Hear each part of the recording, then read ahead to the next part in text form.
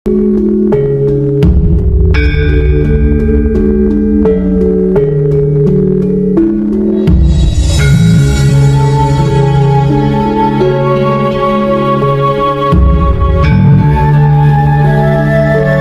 Bagu soal fakta sejarah yang sesungguhnya bagian kedua. Lanjutan dari konten video yang berjudul Wangsit Leluhur kepada Wong Edan Bagu soal fakta sejarah yang sesungguhnya bagian ke-1. Para kadang kinasuku sekalian, agama dan pemerintahan pertama ada itu di Nusantara kita, di NKRI yang sama-sama kita cintai ini. Dan itu adalah para amiluhur hebat kita sendiri. Jadi, jangan bangga pada agama impor dan mengagumi pemerintahan luar, apalagi membudayakannya, lalu menghina warisan leluhur kita sendiri dan menganggap sesat.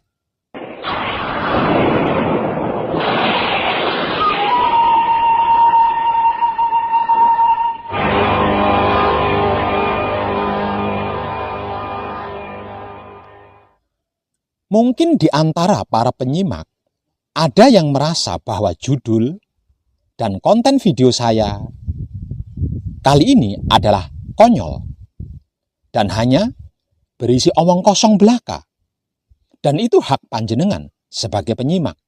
Yang pasti dan jelas, semua konten video saya ini merupakan evolusi perkembangan laku spiritual hakikat hidup saya sendiri, yang selalu terus maju seiring gerak tubuh dan gerak otak, hati, dan kelamin saya sendiri, yang dituntun oleh kesadaran rasa cinta kasih sayang hidup saya sendiri. Dan untuk panjenengan, sampai kapan panjenengan dapat menolak suatu kebenaran dan fakta-fakta yang ditemukan baik dari saya maupun secara spiritual umum atau pribadi? Sampai kapan kita bisa memasang kacamata kuda, mempertahankan pemahaman-pemahaman, fanatisme, dan doktrin-doktrin yang sebenarnya tidak tepat? Saya di sini ingin mengajak para penyimak konten video saya khususnya untuk membuka wawasan pengetahuan terlepas dari semua konsep-konsep fanatisme, doktrin-doktrin yang selama ini banyak mempengaruhi cara berpikir kita. Berhentilah menjadi fanatik dan menyalahkan agama lain tanpa adanya bukti dan fakta-fakta yang jelas, karena pada dasarnya semua agama bersumber pada Tuhan yang satu, yaitu Dia yang Maha Pengasih dan Maha Penyayang, sumber dari semuanya, segalanya, dan seluruhnya. Semua agama itu esensinya mengajarkan hal yang sama, yaitu kebaikan dan kesadaran rasa cinta kasih sayang. Tidak ada satupun agama pun yang mengajarkan kesalahan, kejahatan, mencuri, keburukan, membunuh, berbuat kerusakan, dan sebagainya. Memang benar, agama Islam adalah agama terakhir, sehingga paling sempurna. Namun, janganlah kita menjadi sombong, karena kesombongan justru akan menjerumuskan kita kepada kebodohan dan kemalasan. Untuk mempelajari esensi dari ajaran Islam itu sendiri. Tanpa memahami esensi ajaran Islam, maka kita tidak berhak mengakui kesempurnaan Islam. Esensi ajaran Islam itu sendiri pada dasarnya merupakan penyempurnaan dari agama-agama yang telah diturunkan sebelumnya. Dengan demikian, dapat dikatakan bahwa agama Islam dan agama-agama lain yang diturunkan sebelumnya bersifat salin melengkapi. Hal ini ditegaskan dalam kitab suci Al-Quran, surat Al-Baqarah ayat 2-4 sebagai berikut. kitab Al-Quran ini tidak ada keraguan padanya. Petunjuk bagi mereka yang bertakwa, yaitu mereka yang beriman kepada yang gaib, yang mendirikan salat dan menafkahkan sebagian rezeki yang kami anugerahkan kepada mereka. Dan mereka yang beriman kepada kitab Al-Quran yang telah diturunkan kepadamu dan kitab-kitab yang telah diturunkan sebelummu, serta mereka yakin akan adanya kehidupan akhirat. Jelas dalam ayat tadi dijelaskan bukan? Bahwa orang yang bertakwa harus beriman kepada Al-Quran dan juga kitab-kitab yang telah diturunkan sebelumnya. Dengan kata lain, bahwa di samping Al-Quran terdapat rujukan kitab-kitab sebelumnya yang telah diturunkan Tuhan kepada umat-umat sebelumnya, agama-agama sebelumnya, yang juga perlu kita pelajari bersama. Karena bagaimana mungkin kita dapat beriman kepada kitab-kitab sebelumnya tanpa kita mempelajari dan memahaminya terlebih dahulu? Iya begitu? Apa iya begitu? Coba. Rasulullah Shallallahu Alaihi Wasallam sendiri mengajarkan, belajarlah kalian sampai ke negeri Cina. Kenapa Rasulullah menghendaki umatnya belajar ke negeri Cina? Ada apa di negeri Cina? Pada dasarnya, terdapat 3 hal yang menjadi esensi pesan Rasulullah ini sebagai berikut. Pertama, dalam menempuh perjalanan dari Arab ke negeri Cina, akan melintasi beberapa negeri, antara lain India, tempat berkembangnya agama Hindu, dan di negeri Cina sendiri berkembang agama Buddha. Artinya, umat Islam dapat mempelajari agama-agama yang diturunkan sebelum Islam. Kedua, di negeri Cina maupun negeri-negeri yang dilintasi dalam perjalanan dari Arab ke negeri Cina, terdapat banyak ilmu pengetahuan yang tidak ada di negeri Arab dan perlu dipelajari guna memperkaya wawasan ilmu pengetahuan umat Islam. Ketiga, baik di negeri Cina maupun negeri-negeri yang dilintasi dalam perjalanan dari Arab ke negeri Cina, umat Islam dapat memperkenalkan ajaran agama Islam atau berdakwah katakanlah sebagai agama terakhir yang diturunkan oleh Tuhan Yang Maha Esa melalui Rasul-Nya. Terbukti apa yang diajarkan oleh Rasulullah Shallallahu Alaihi Wasallam tersebut membawa hasil yang menakjubkan di kemudian hari, di mana kekhalifahan Islam berjaya menjadi pusat perkembangan ilmu pengetahuan dunia, serta agama Islam dapat diterima dan berkembang di negeri India dan Cina. Bahkan sejarah memberitahukan kepada kita bahwa penyebaran agama Islam di Indonesia tidak terlepas dari jasa ulama Islam yang berasal dari negeri Cina dan India atau Gurajat. Kira-kira begitu, apa iya begitu, hayo?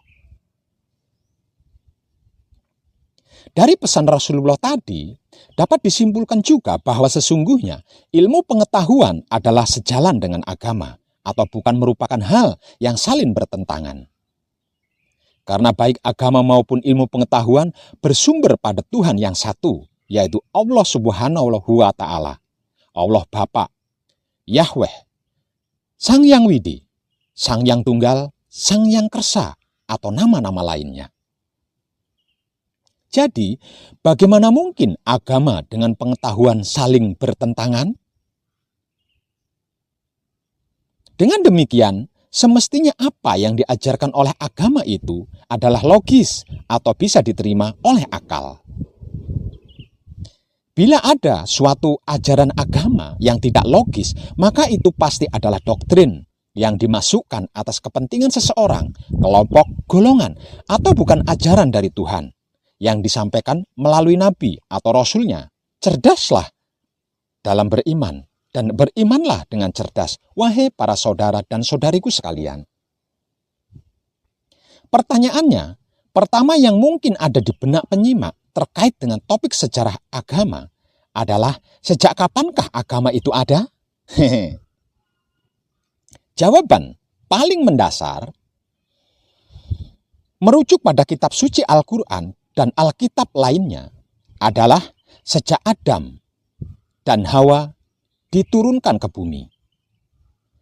Dan di manakah diamanahkan oleh Tuhan untuk menjadi khalifah di muka bumi ini?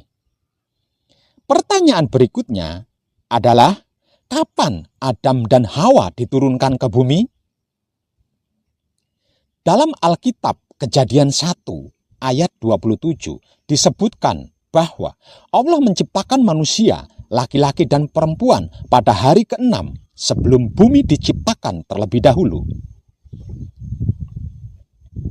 Kemudian pada kitab Kejadian 2 ayat 7 hingga 22 dijelaskan bahwa Allah menciptakan manusia, Adam, kemudian menciptakan Hawa dari tulang rusuk Adam, dan mereka ditempatkan di Taman Eden atau surga.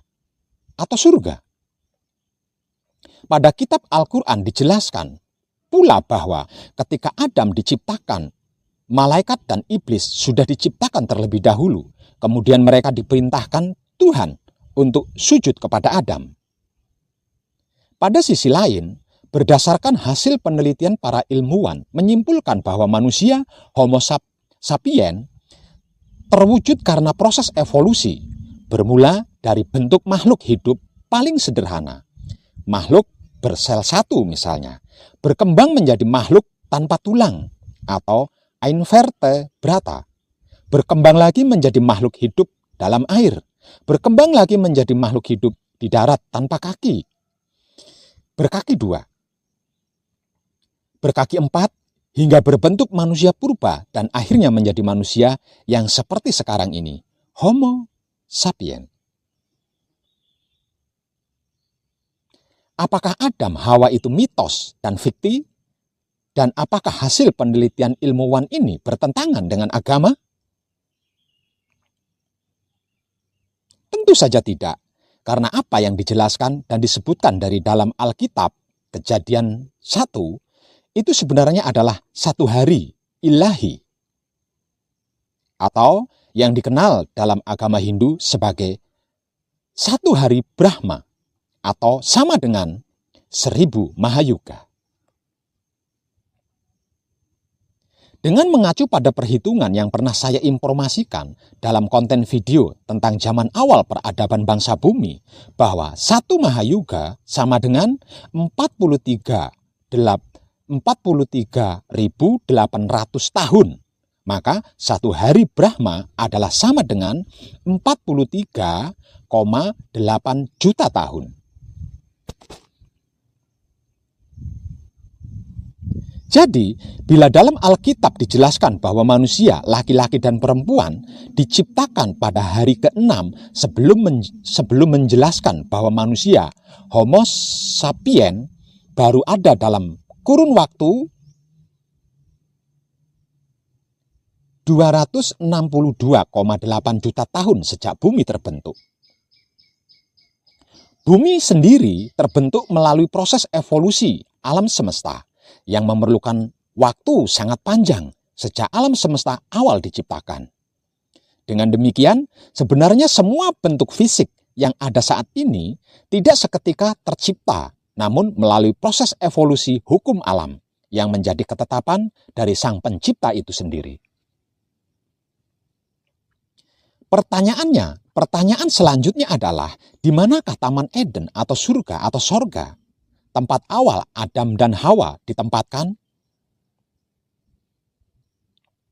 Dalam Al-Quran dijelaskan bahwa ketika pertama kali Adam diciptakan, Tuhan memerintahkan malaikat dan iblis sujud kepada Adam. Atau dengan kata lain, Adam pernah berada pada satu tempat bersama para malaikat dan iblis. Dengan ini, apakah Taman Eden atau sorga atau surga itu di bumi? Tentu saja bukan. Karena pada penjelasan lain dalam kitab suci disebutkan bahwa Adam dan Hawa diturunkan ke bumi ini karena melanggar perintah Tuhan ketika masih berada di Taman Eden atau sorga atau surga. Mungkin di antara penyimak merasa bingung terhadap apa yang dijelaskan dalam Alkitab khususnya antara kitab Kejadian 1 yang menyebutkan bahwa Allah menciptakan laki-laki dan perempuan pada hari ke-6 setelah penciptaan langit dan bumi, tumbuhan dan hewan, serta segala isinya, sementara pada kitab Kejadian 2, lanjutan dari kitab Kejadian 1, menyebutkan bahwa manusia, Adam dan Hawa diciptakan setelah hari ke-7 dan mereka ditempatkan di Taman Eden atau surga. Mana yang benar? Manusia diciptakan pada hari ke-6 atau setelah hari ke-7? Tenan.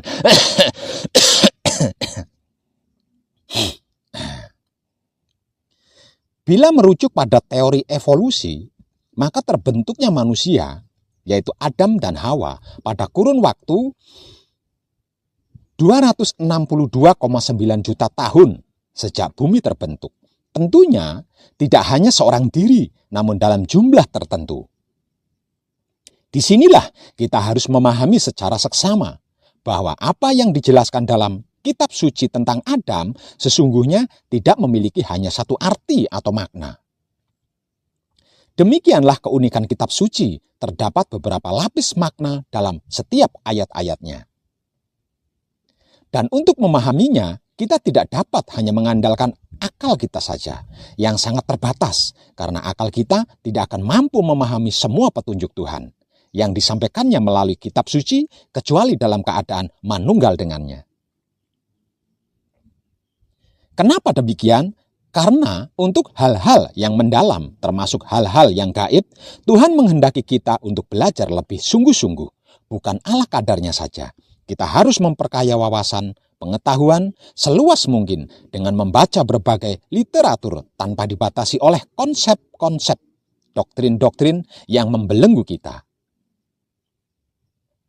Di samping itu, kita juga harus berdoa dengan sungguh-sungguh kepada Tuhan Yang Maha Esa agar diberi petunjuk atau bimbingan olehnya untuk mendapatkan seorang guru spiritual yang mumpuni dan dapat mengantarkan kita pada kunci ilmu yang sudah dianugerahkan Tuhan kepada kita semua.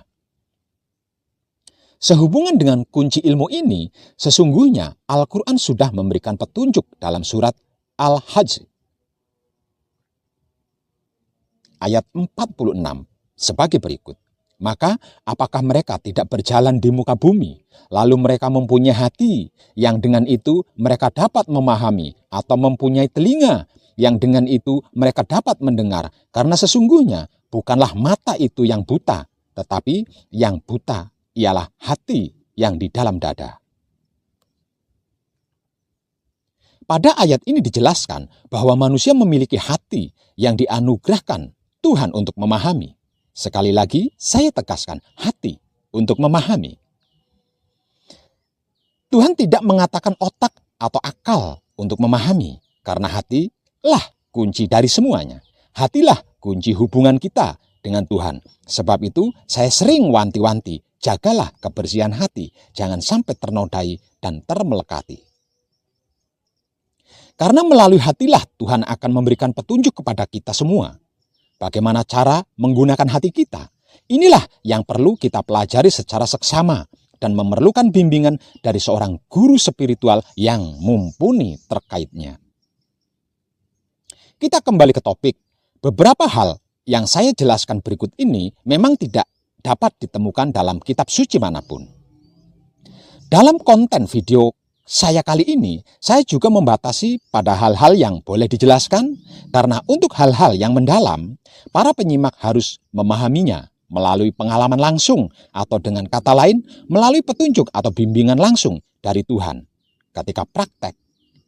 Sehingga bukan katanya siapapun dan apapun. Sebagai pengantar dan sekaligus untuk menjawab pertanyaan tentang kisah Adam di atas, saya ingin menjelaskan bahwa sesungguhnya terdapat 3 makna dari Adam yang dijelaskan dalam kitab suci sebagai berikut. Pertama, Adam dalam pengertian ruh atau diri sejati kita, bukan makhluk fisik yang diciptakan Tuhan di alam ruh sebelum alam semesta fisik dan keberadaan ini diciptakan. Inilah makna sesungguhnya yang dikisahkan pada kitab Kejadian 2. Dengan demikian, kitab Kejadian 2 dan 3 sesungguhnya adalah penjelasan dari kitab Kejadian 1 yang mengungkap hakikat penciptaan manusia, Adam dan Hawa, di mana yang diceritakan di sini semuanya bermakna simbolik. Atau bukan kelanjutan dari kitab Kejadian 1. Sehingga rancu bila ditafsirkan, kisah Adam dan Hawa di Taman Eden atau surga terjadi setelah hari ke-7. Kedua, Adam dalam pengertian manusia atau makhluk fisik yang terbentuk melalui proses evolusi. Dalam hal ini tidak merujuk pada satu orang karena terbentuknya manusia Homo sapiens sekaligus dalam bentuk jamak. Inilah yang dijelaskan pada kitab Kejadian 1. Tuhan menciptakan manusia laki-laki dan perempuan pada hari ke-6. Ketiga, adalah Adam merujuk pada Nabi Adam alaihi salam yang merupakan nabi pertama setelah manusia terbentuk dari proses evolusi dan ditugaskan Tuhan untuk mengajarkan agama dari Tuhan yang Maha Esa. Inilah yang dijelaskan pada kitab Kejadian 4 dan seterusnya. Paham? Dengan demikian adalah anggapan yang tidak tepat bila mengatakan bahwa pada zaman Nabi Adam alaihissalam di bumi ini hanya ada satu pasang manusia, yaitu Adam dan Hawa saja. Karena sesungguhnya pada zaman tersebut telah cukup banyak manusia Homo sapiens yang terbentuk melalui proses evolusi. Hal ini sesuai dengan penjelasan pada kitab Kejadian 1 yang menyebutkan bahwa manusia laki-laki dan perempuan diciptakan pada hari ke-6 setelah penciptaan langit dan bumi, tumbuhan dan hewan, serta segala isinya. Adapun pengertian Adam sebagai ruh, inilah sesungguhnya awal dari sejarah agama. Ketika ruh atau diri sejati kita, semua masih berada di alam ruh. Ketika ruh kita masih bersama Tuhan. Ketika agama disampaikan langsung oleh Tuhan kepada kita, jauh sebelum alam semesta dan keberadaan diciptakan, ketika itu belum ada yang berbentuk fisik. Pengertian Adam sebagai ruh di sini juga bermakna jamak, karena ini bermakna ruh atau diri sejati kita semua, yaitu ruh saya, ruh semua penyimak video ini, ruh semua manusia di bumi, dan ruh semua makhluk yang berkesadaran rasa, cinta kasih sayang, ruh atau hidup kita semuanya. Pada beberapa kitab spiritual dijelaskan bahwa pada dasarnya setiap manusia terdiri dari tubuh fisik, jiwa atau sukma yang merupakan gabungan atau manunggalnya 4 anasir dan ruh. Tubuh fisik ini seperti pakaian yang akan rusak seiring berjalannya waktu. Di mana ketika tubuh fisik kita mati, maka akan digantikan dengan tubuh fisik yang baru. Sejalan dengan proses reinkarnasi selagi belum berhasil mencapai kesempurnaan abadi. Sedangkan jiwa atau sukma dan ruh kita tetap ada dan tidak pernah mati atau rusak. Semua ingatan, memori, dalam perjalanan proses reinkarnasi juga tetap ada dan tersimpan dalam ingatan atau memori dari jiwa atau sukma atau ruh kita. Namun, karena kehendak Tuhan, semua memori ini tertutup dan hanya bisa diakses atas izin Tuhan. Tentang hal ini, saya sudah menjelaskannya pada konten video yang berjudul tentang reinkarnasi. Perihal ruh atau diri sejati kita ini termasuk bagian dari rahasia Tuhan. Sebagaimana dijelaskan dari Al-Quran pada surat Al-Isra ayat 85 sebagai berikut. Dan mereka bertanya kepadamu tentang ruh. Katakanlah, ruh itu termasuk urusanku dan tidaklah kamu diberi pengetahuan melainkan sedikit. Kepada ruh termasuk bagian dari rahasia Tuhan. Kenapa ruh termasuk bagian dari rahasia Tuhan?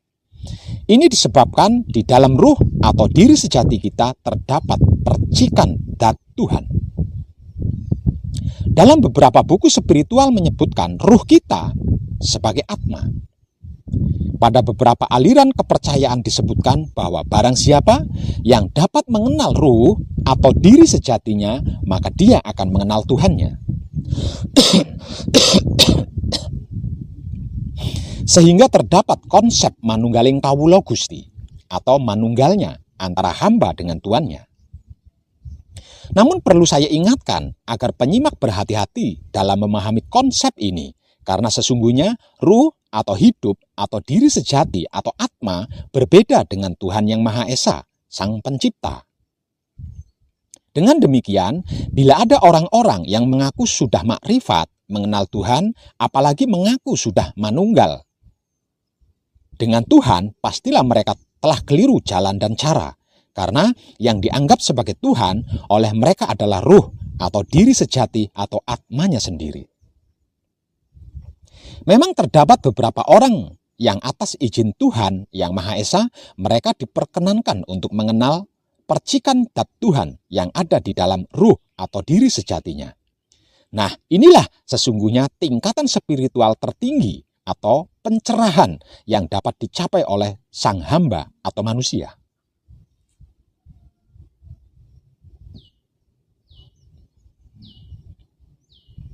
Karena tidak ada satupun makhluk Tuhan, termasuk para malaikat, yang sanggup mengenal Tuhan secara utuh.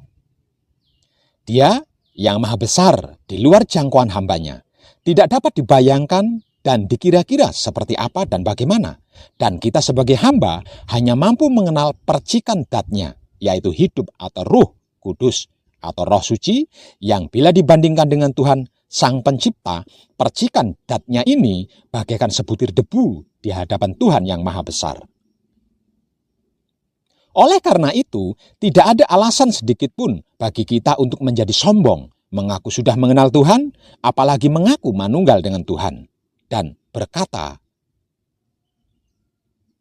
"Ana hak," atau "akulah kebenaran." Ini jelas pemahaman yang tidak tepat. Namun, bagaimanapun, ruh atau hidup atau ruh suci atau ruh kudus atau diri sejati kita adalah suatu yang diistimewakan atau sesuatu yang istimewa, karena ia adalah bagian dari ruh Tuhan, dan Tuhan menganugerahkan yang istimewa ini kepada kita, yaitu percikan dari dat Tuhan. Sebagaimana dijelaskan dalam Al-Quran surat Syad ayat 72. Maka apabila telah kusempurnakan kejadiannya, Adam atau ruh atau diri sejati manusia, kutiupkan kepadanya ruhku, maka hendaklah kamu tersungkur dengan bersujud kepadanya. Lalu seluruh malaikat-malaikat itu bersujud semuanya. Demikianlah, meskipun hanya kepada percikan datnya, malaikat-malaikat bersujud kepada percikan datnya yang ada di dalam diri sejati kita sebagai manusia hidup. Inilah keistimewaan manusia yang dianugerahkan oleh Tuhan dengan percikannya, dengan percikan datnya. Adapun perihal jiwa atau sukma yang lebih dikenal dengan sebutan 4 anasir atau sedulur papat atau kawula, pada dasarnya merupakan mediator antara ruh atau hidup dengan tubuh fisik. Sebagaimana ruh, jiwa atau sukma ini juga berbentuk non-fisik atau termasuk hal yang gaib. Saya tidak ingin menjelaskan secara rinci pengetahuan tentang jiwa atau sukma dan ruh atau hidup, karena hal ini merupakan pengetahuan yang harus dialami langsung oleh para penyimak atau para pelaku. Tidak bisa katanya apapun dan siapapun. Di mana kuncinya sudah saya berikan secara langsung maupun melalui informasi konten video dan artikel di internet, yaitu wahyu pancagaib yang dilakukan dengan menggunakan sifat dan sikapnya wahyu pancagaib itu sendiri, tersebut wahyu pancalaku atau iman. Namun sebagai gambaran umum, sesungguhnya jiwa atau sukma inilah yang ketika tubuh fisik kita meninggal akan mengalami siksaan neraka atau mendapatkan anugerah surga sesuai dengan amal perbuatannya masing-masing pada saat masih hidup di bumi. Sedangkan yang kembali kepada Tuhan adalah ruh atau hidup kita. Demikianlah penjelasan singkat tentang ruh atau hidup dan jiwa atau sukma. Kita kembali ke topik, kita lanjutkan kisah Adam dalam arti ruh. Kita ketika masih di alam ruh, alam di mana Taman Eden atau surga berada. Di sana kita diberikan berbagai kenikmatan dan keistimewaan oleh Tuhan. Sehingga dalam kitab suci disimbolkan sebagai Taman Eden atau surga. Namun kemudian terjadilah peristiwa yang menjadikan awal dari segalanya, yaitu ketika ruh atau hidup kita semua melanggar perintah langsung dari Tuhan. Dalam kitab suci disimbolkan sebagai memakan buah kuldi karena tergoda oleh bujuk rayu iblis. Mungkin bila di antara penyimak yang peka dapat merasakan di hatinya terdalam, ada suatu rasa dan perasaan sedih dan rindu sewaktu menyimak apa yang saya informasikan ini. Itulah ingatan dari ruh atau hidup kita ketika masih berada di alam ruh atau Taman Eden atau surga atau sorga. Sejak itulah dan karena kesalahan ruh kita sendiri, maka kita lari dari hadapan Tuhan. Jadi bukan karena diusir oleh Tuhan. Kemudian karena Tuhan tidak dapat memaksa kita untuk kembali bersamanya, maka diciptakanlah alam semesta dan semua keberadaan ini yang ditujukan sebagai sarana bagi kita semua untuk belajar menyadari semua kesalahan kita agar dapat bersedia kembali kepadanya. Demikianlah begitu besar cinta kasih sayang Tuhan kepada kita semua, sehingga Dia menciptakan segalanya hanya untuk kita. Melalui alam semesta dan keberadaan inilah semua makhluk dapat belajar untuk memahami kebesaran dan cinta kasih sayang Tuhan, menyadari semua kesalahannya, berserah diri kepada Tuhan, dan memilih Tuhan di atas segalanya untuk dapat kembali kepadanya. Di alam semesta ini, semua makhluk belajar melalui proses evolusi dan reinkarnasi, dan berlaku hukum sebab akibat atau hukum karma. Setiap kali kita berbuat sesuai dengan perintah Tuhan, maka kita akan menerima manfaatnya. Sebaliknya, setiap kali kita melanggar perintahnya, maka kita juga akan mendapatkan ganjarannya. Siapa yang menanam, maka dia akan memetik hasilnya. Demikianlah kita mengalami proses evolusi dan reinkarnasi yang memakan waktu yang sangat panjang sehingga kita menjadi makhluk manusia Homo sapiens. Semuanya merupakan proses pembelajaran yang harus kita lalui. Bila kita analogikan perjalanan proses evolusi dan reinkarnasi ini sebagai permainan video games, maka proses evolusi dan reinkarnasi ini adalah tingkatan-tingkatan level kesulitan yang harus kita lalui.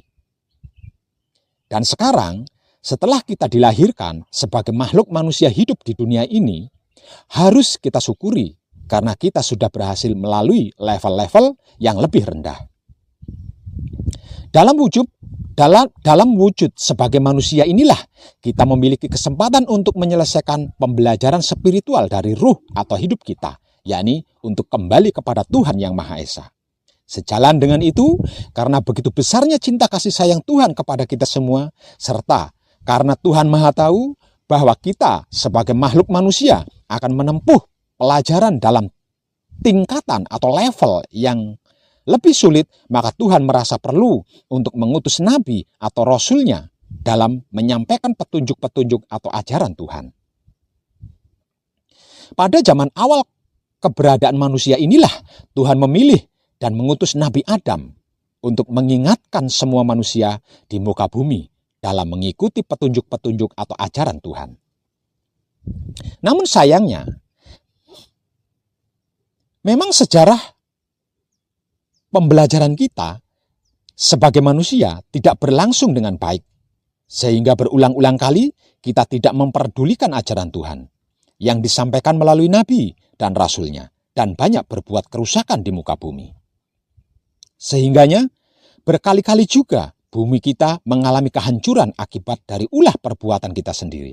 Inilah yang dikenal sebagai siklus Mahayuga, yaitu siklus dimulainya hingga berakhirnya peradaban manusia atau kembali ke zaman primitif. Sekarang ini kita sudah memasuki siklus Mahayuga terakhir. Inilah kesempatan terakhir kita untuk menyelesaikan proses pembelajaran spiritual kita.